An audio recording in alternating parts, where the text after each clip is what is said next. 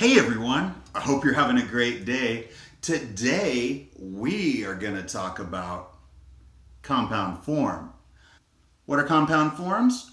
Well, compound forms are objects, forms that are made up of a composite of smaller elements. Once you understand that and you look for that and break it down, you already know how to do this. So if you haven't already done so, make sure that you've seen that mapping video 1 and mapping video 2 because this is a continuation of that. You're good to go. Let's start playing. Are you ready? I think you are. Let's go.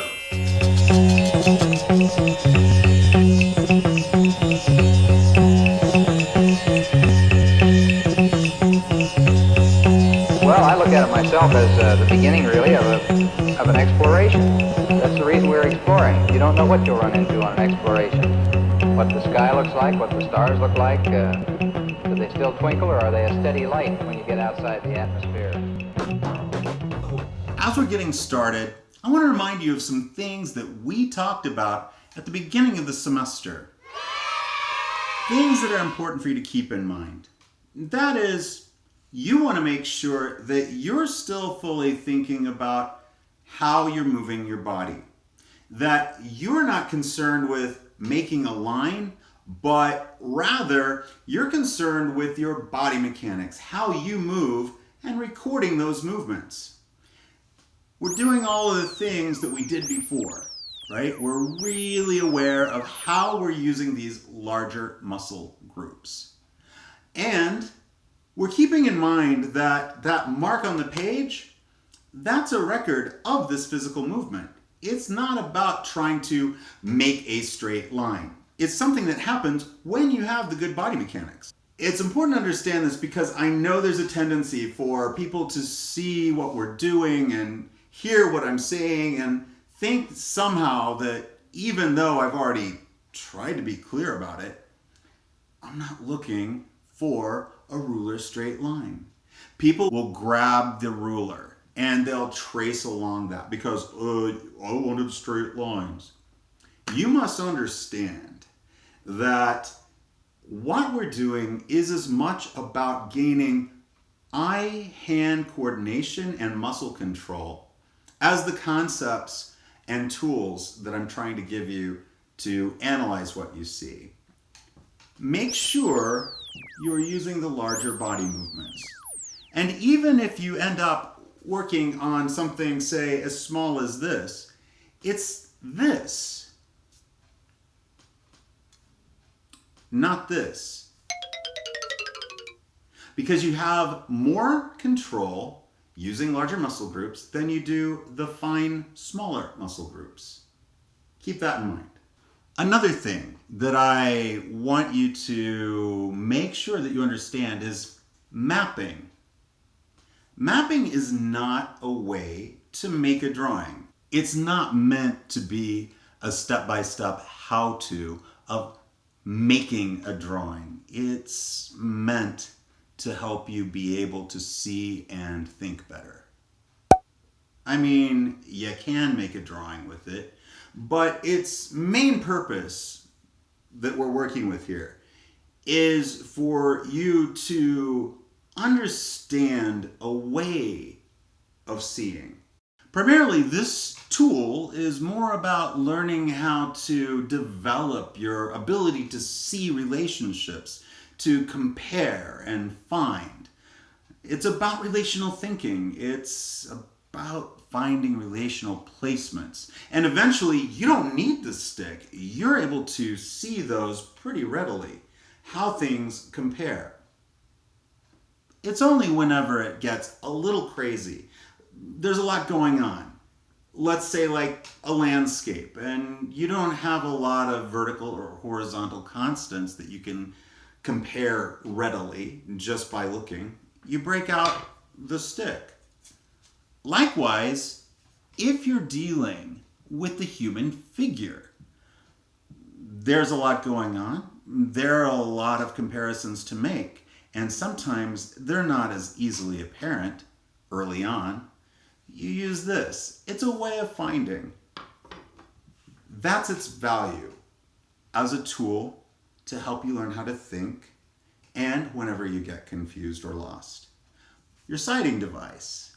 Now, remember, with this sighting device, its main purpose is to clarify, to help you see better, to understand how things are lining up when without it, you don't have a clear idea.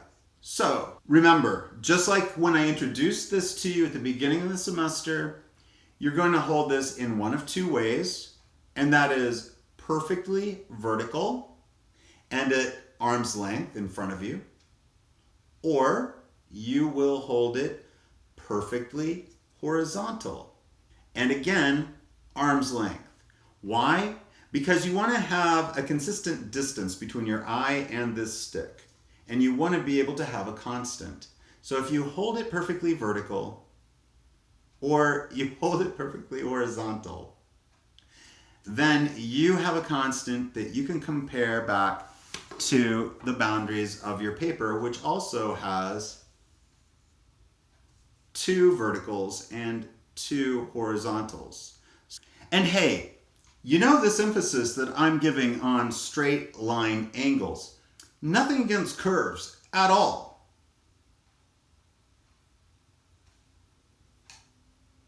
Really.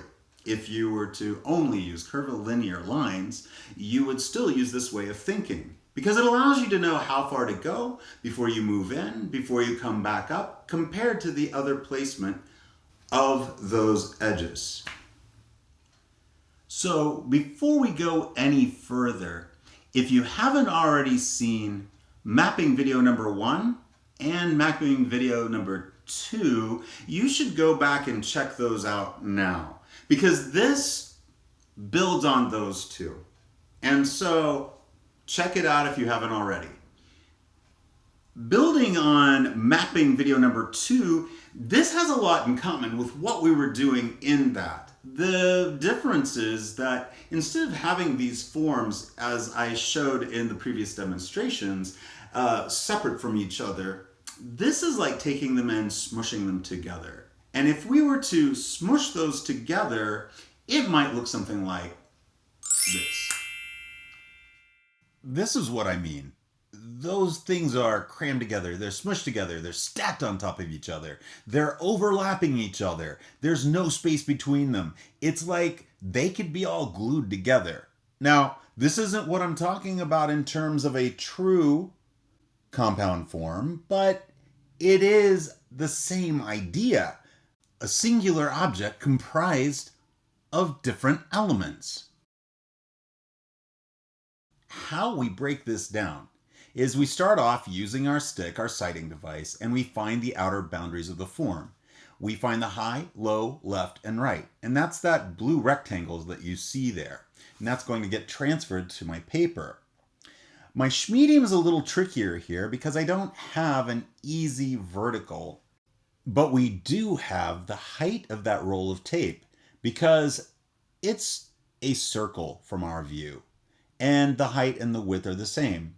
And it's a good height in terms of being on the shorter side of medium. It'll give us multiples instead of fractions when we use that unit of comparison against larger distances within this grouping. So I can find the central vertical axis of that circle, and I can place it just as if it was the edge of rectilinear form.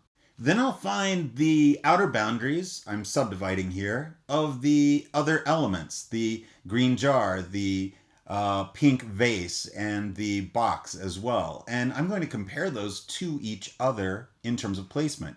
That's the yellow box that's around the pink vase. That's the yellow square that's around the entirety of the roll of tape, and the pink rectangle around the green jar. When I find those, I'm comparing their distances overall to each other, and then after I've securely found their relationships, then I'm going to further subdivide by going inside and following through with finding heights, left-right positions, central vertical axis if it's a symmetrical form, and the change of directions of the edges of these forms, both exterior and interior. You know, just like we've been doing, you know how to do this. Moving on. So as I said before, compound forms are composites of smaller elements to make up a greater whole. So this would be something like, say, a vacuum cleaner, like this one. Here's a true compound form, finally. It is a vacuum cleaner. We can see that, and we call it one thing as one object. But if we look at it closely, we start to see that it's made up of several elements. We can talk about the main central canister. We can talk about the hose. We can talk about the handle. We can talk about the base. All of these are elements in this form. And that gives us an opportunity to break this down into easily digestible pieces. And this should look pretty familiar. We, again, are just finding the outer boundaries where this form touches high, low, left, and right on the boundaries. That's represented here, again, by the blue rectangle. We know that it's going to touch the edge of that rectangle, but not exceed or go outside it. And from this view, this form's perfectly symmetrical.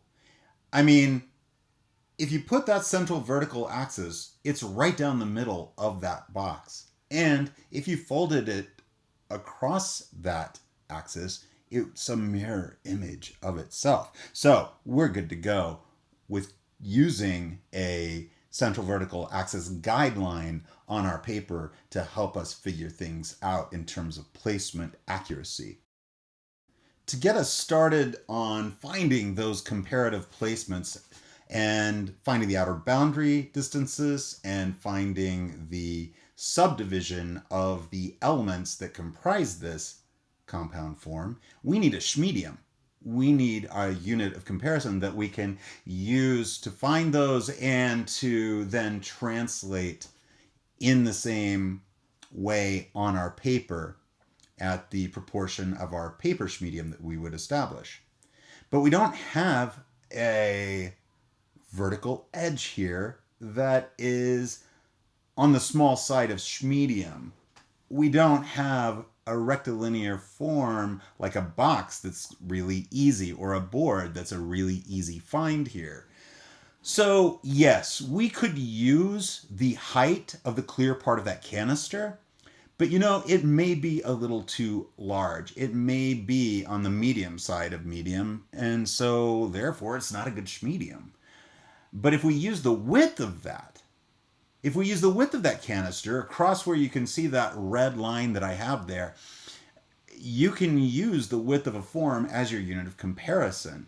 And you can find that AB just like you would find the AB of any schmedium and translate that to your paper. This gives us a really good schmedium here because it will give us multiples more often than it will give us fractions. And we want to have something as a schmedium, as a unit of comparison, that gives us multiples instead of always fractions, because those are harder to judge.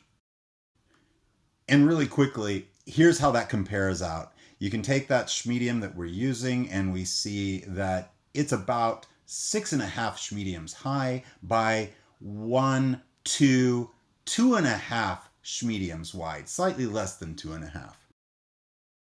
And then from here, well, we're just going to do what we've done before, and that's subdivide. We're going to find the outer boundaries of the forms that we identified, the elements that we've identified that make up the overall object. And here you can see that I have, from the bottom moving up, I have the yellow line that has the base. I've got the pink box, the pink rectangle that is delineating the boundaries of the canister. I have the next up yellow line that tells me where the top of that hose is. I can see the left right of the handle above, And just to the left of the canister, you see there's miscellaneous form happening, and I'm just finding the boundaries of where those occur. So now that we've subdivided the overall object into its elements, let's go to the base and take a look there. Because what we've got going on there is we have a form that has multiple changes of direction. And you need to find where those main changes of direction occur. Meaning that if I take my stick and lean it up against an edge. Now, this will be the time that I promised that would be the exception to the rule of only holding your stick perfectly vertical or horizontal. In this case, to help us better see where a change of direction occurs, you'll take that stick, holding it at arm's length, of course, and lean it up or lay it up against the edges of the form. The areas that it adheres to that stick, and this is at an angle that you see up here, where it adheres to that stick, that gives us our angle. But more importantly, what it gives us, something translatable, is locating where that particular edge that we just identified starts and stops, the A and B. And where it deviates from the stick is that intersection that we're looking for, where it departs from that stick when we're laying it up against it at an angle. That tells us where that intersection, that change of direction occurs. And from this view, we know we have symmetry. We mentioned that before. And once we've located and plotted those ABs on that edge or those edges, we just mirror those on the opposite side, on the other side of the central vertical axis guideline. And we're good. And you know, just like we do, we're going to run a movement and record that through those AB intersections. We're using straight lines and we're using angles that give us specific directions and specify curves that occur there. You'll also notice that it's not just the exterior, it's just not the silhouette of the form, but those important interior edges as well that we're finding. Also, one note, right in the center, you'll notice there's an ellipse. You know how to find those? Make sure you do. Moving up from here, we're going to go to deal with that cylinder that exists here in the pink rectangle that we've found those boundaries for that element. And we're going to find the high-low placements within that pink rectangle, and we'll use our guidelines to place those. And I just want to point out, at eye level, the cylinder appears as a straight edge. That black line just below the name brand label there, that's at eye level. So it reads as a perfect horizontal.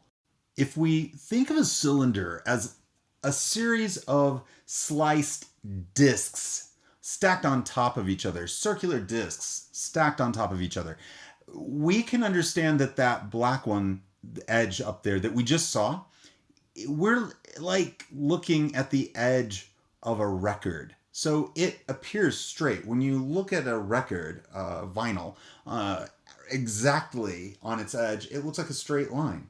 But as we move down, we're starting to see on top of those slices, of those circles, and we have ellipses. So below the eye level, we see edged curve, right? We see it move around, and now there's distance between the left and the right point of an edge that we see moving around the surface of that cylinder, and the low point, which is on the central vertical axis. We're seeing half of the ellipse. We're seeing half of that circle on its side. So when you have an edge that moves on the surface of a cylinder, make sure you're looking for that. Again, if it's at eye level, it's probably going to be, and it will be, exactly a horizontal line.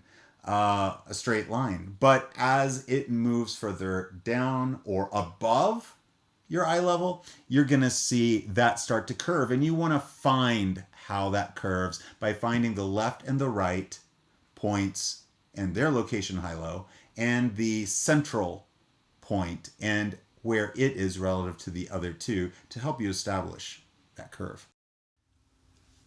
So that vacuum from that angle was symmetrical. But if we rotate it slightly, we've got something that looks like this. And just because it's symmetrical, it doesn't make it any more difficult for you. You already know how to find this stuff, and I think you know where this is going to go. Yeah, I'll grant you, there's more going on here, but you just got to be more diligent and patient, and you will find it, and you'll be good. So, what do we start going with? We start finding the outer boundaries of that entire form.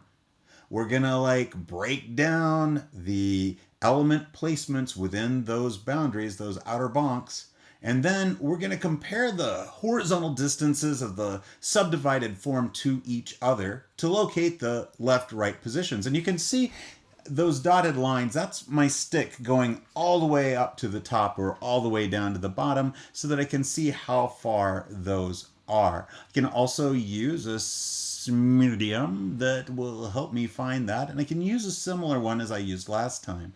It's no big deal. You guys, you know how to do that part. And then you're gonna follow up with the vertical distances. You gotta make sure that you've got all those vertical distances of those subdivided elements, and you place those. And again, it's a comparative game. So I'm just showing you here in these graphics some ways of comparing and finding different edges to different edges and seeing how distant they are between each other. You can use this medium, or you can use that gauging medium. That's great. Like if you put a stick there and you can gauge where that is, like reading the needle on a gauge, that's probably just as accurate in many, if not most instances. Learn to trust that. And then I just wanted to show you breaking down that cylinder from this view. There's more going on, more angles, more intersections. But I also want to point out that after we find the edges, interior and exterior, of the form that we see, there's a transparency there. And you do see what's going on behind that edge. So what I would suggest is that you find those edges of form just like you did the other ones, but just use a lighter line weight than you use on the forms that you see more clearly, that aren't behind something. And that will start to talk about that transparency or that being on the interior of another form. And hey, let's say you don't have a vacuum sweeper just laying around. You know what you might have? Small appliances. Like, I don't know, a blender. Yep. Small appliances, blenders, that kind of stuff. They're compound forms that you can use too. And in fact, you can find mediums on these. Either of these are accessible units of comparison, a medium. However, I go with the blue one. It's the better choice. It's on the smaller side of medium length, like we were talking before, and therefore it's a better medium. And we're playing the same game. You see it here again. So we've got the bonks, the outer bonks of what we want to have in our composition of our drawing. And you'll notice that that is represented by that blue rectangle, the high, low, left, right. But I'm including the chord. I want that in there. I'm making that call. I'm making that decision. So that is why that boundary is there. Then you break it down. You've got those yellow rectangles, one for the chord.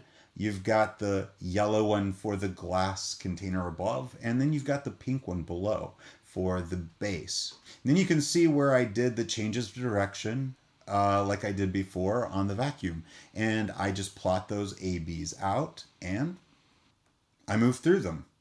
Make sure you're getting those exterior edges and those interior edges. The interior edges, sometimes, if it's only a visual difference, like a label, it's a lighter line weight. But if it's a form, you handle it just like you would any other form near far. But let's say they do have finer tastes in things. say, coffee. Perhaps then you have a cappuccino or espresso maker on your kitchen counter. That would be a compound form that you could work with. And you know what? That's a good compound form to work from. It might look something like this. So I'm pretty sure you're getting the hang of it by now. So yeah, there's a lot more going on with this, but it's still the same game. There's just more elements that make up this form, and we've got a couple of extra ones just lying around the counter to deal with as well. You're going to start off by finding any of these. They'll work well as their medium. They're on the short side of medium. They'll give you multiples. They're easy to find. So go choose the one that you're most comfortable with. They're all good. Okay, calm down. Take a deep breath. This is not as complex as it first appears. So let's break this down. Obviously, we've got our outer bonks of the entire group that we want to include in our composition, and that's the high, low, left, and right of everything with that blue rectangle. But if we look into how it's broken down from there, we've got the orange square that's the outer boundaries of the main part of the cappuccino maker. We've got the yellow boundaries for the other parts that are going on there. So high, low, left, right, you know how to do that. And I'm popping in just a couple of extension lines here to help me better compare distances and locations of boundaries. So pulling those across and using those guidelines on my paper, super helpful. As long as you keep track of who belongs to what, you're good. And if you get lost, all you have to do is find the ones that you know and then sort of build it out from there. If this is that one and this refers to that, then this one has to be this one and that one has to refer to that. It's okay. Just take a deep breath. It's all in your skill set. It's completely something you can do. And after that, you're home free. You know that you go inside those boundaries for each element. You find the changes of direction as A-B intersections. You move through them, making sure that you find both exterior and interior edges, and you're good. There's also some ellipses in there that you can find, and you also know how to find those, so you're good. Keep on playing. And if you're like me, you enjoy a clean sidewalk or patio, and you just happen to have a high pressure sprayer to make sure that that stays clean. I know I do. That's a form that you could use. And it looks something like this. So you are completely familiar with how to approach this now. There's a lot more going on with this, and there are some strange angles. But I'm going to show you in this next graphic about how you can break that down. It's about finding the outer boundaries. It's locating a schmedium like either one of these. Either of those will work. It just needs to be a schmedium or a comparison that you can come back to and find easily. If you're confident in it, it's probably going to work for you. And so here we're breaking it down into the outer boundaries of everything, finding the elements, putting boundaries around each of those, and then we're going to break them down and play the same game that we've been playing all along. Now that hose, don't be intimidated by it. It's like the cord on the cappuccino maker or anything else that has that kind of craziness going on. All you have to do is contain it, find those boundaries, and then find changes of direction and angles. That's how you handle it. And you know another good form? You might have one out in the garage or out in the shed, and that's a shop vac. I think there's a theme here with the vacuum sweepers. But anyway, I think this could work. Take a look.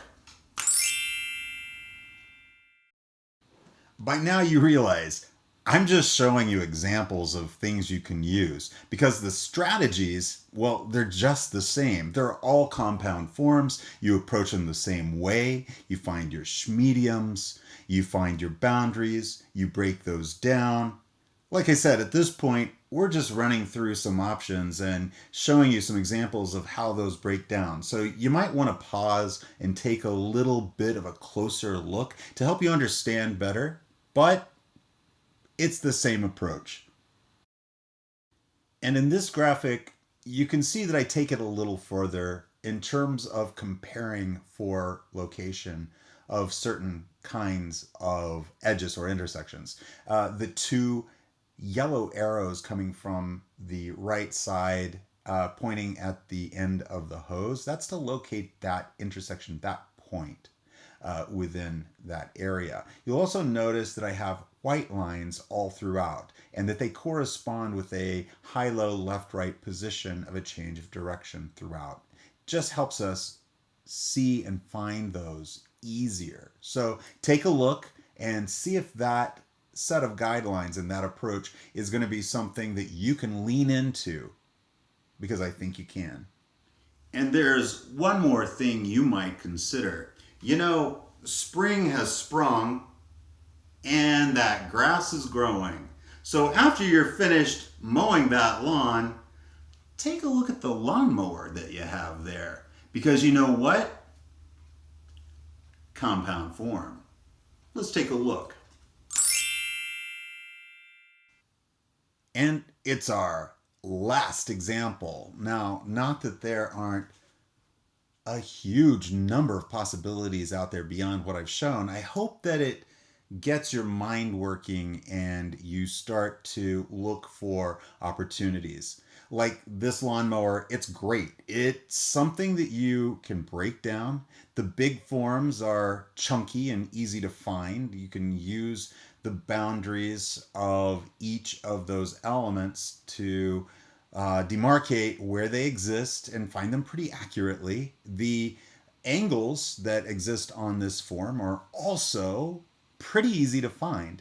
And then, yeah, there's a lot of smaller information on there. Now, if you're working in pencil or pen, you might be able to get in there and also locate and find where those smaller edges are. And in fact, I would encourage you to do so. It's a great challenge, and I think you're going to really be happy with how everything plays out. So remember, you know how to find this stuff, and you can continue to play this game. The thing is, I would challenge you to make sure that you're evolving those placements, and as you gather more intersections and more edges, that you compare those edges and intersections to other ones that you hadn't compared to before to make sure that they agree. And if they don't, somebody needs to change and someone needs to find a new location, and you need to be up to that challenge, because that's how you find accuracy. That's how you find observation-based translation that is specific and it is accurate. And that's what we're trying to do here. So that's it. You've got this. You know now. You know how to do this. Something that looks pretty intimidating at first, compound form like that, is actually pretty simple to break down. All you have to do is find the outer boundaries of the entire form. Subdivide that up into the overlapping rectangles and squares that show where the elements are that make up that overall form. And then you go in and find your ABs, find those angles through that, and you're golden. You're good to go. And you got it. So hey, go have a good time. Go map. Break down those forms. You're not intimidated. Neither am I. Let's go. You got this. I'll see you next time. Later.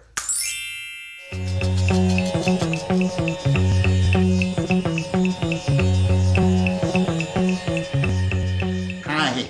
Hello, everyone. I hope you're having a great day. Hey everyone, hope you're having a good one. Hey everyone. I hope you're having a great day. Was that okay? I hope you guys got all that. Still twinkle, or are they a steady light when you get outside the atmosphere?